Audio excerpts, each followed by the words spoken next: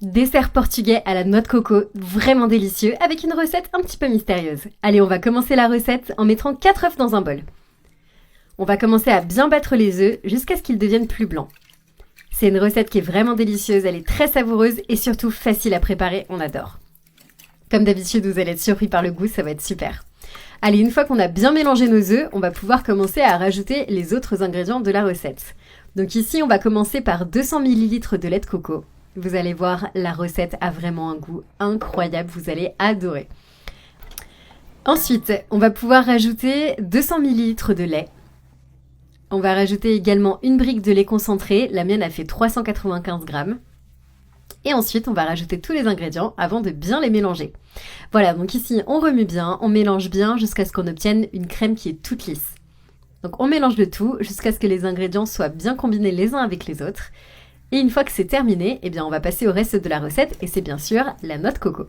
Donc ici, on va rajouter 100 g de noix de coco râpée.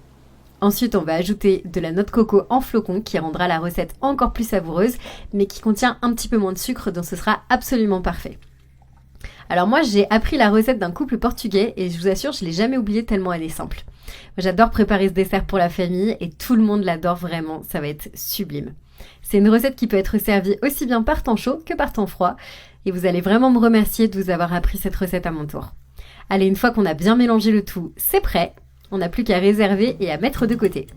Maintenant, on va prendre un grand bol et dans ce bol, on va pouvoir rajouter une bonne grosse quantité de beurre ou alors de margarine, vraiment c'est comme vous préférez. Moi j'ai pris du beurre pour le coup. On va bien étaler pour bien graisser un plat en verre. C'est un dessert qui va au four, vous allez voir. Et vous pouvez également décider de le graisser avec du démoulant ou alors avec juste un petit peu de farine et vous allez voir, ça va fonctionner très très bien. Donc une fois qu'on a bien étalé tout ça, eh bien il est temps de passer au sucre. Donc moi, au lieu ici de la farine de blé, je vais rajouter un peu de sucre dans le bol. Moi, j'aime bien servir ce dessert après le déjeuner, ça passe tout seul, vous allez voir, c'est divin. Donc une fois que vous avez terminé, vous n'avez plus qu'à verser le mélange sur le dessus de votre moule. Voilà, donc de cette façon. Et maintenant, il ne reste plus que la cuisson. Donc ici, on va pouvoir faire cuire au four à 320 degrés pendant 40 minutes. Et voilà, notre dessert est déjà prêt. Je l'ai sorti du four, je l'ai laissé un petit peu refroidir. On va prendre un généreux morceau et on n'a plus qu'à le servir à notre famille. Comme d'habitude, le goût de ce gâteau à la noix de coco, il est incroyable. Alors si vous préférez, vous pouvez maintenant laisser le dessert au réfrigérateur pendant quelques minutes. Non mais regardez comme c'est délicieux. Ça vous donne envie d'essayer? Moi en tout cas, je peux pas résister. C'est une recette qui est crémeuse, elle est parfaite. Ça vaut vraiment la peine d'être essayée à la maison. Regardez, c'est parfait. Donc moi, je vous laisse tester et me dire ce que vous en avez pensé comme d'habitude dans les commentaires.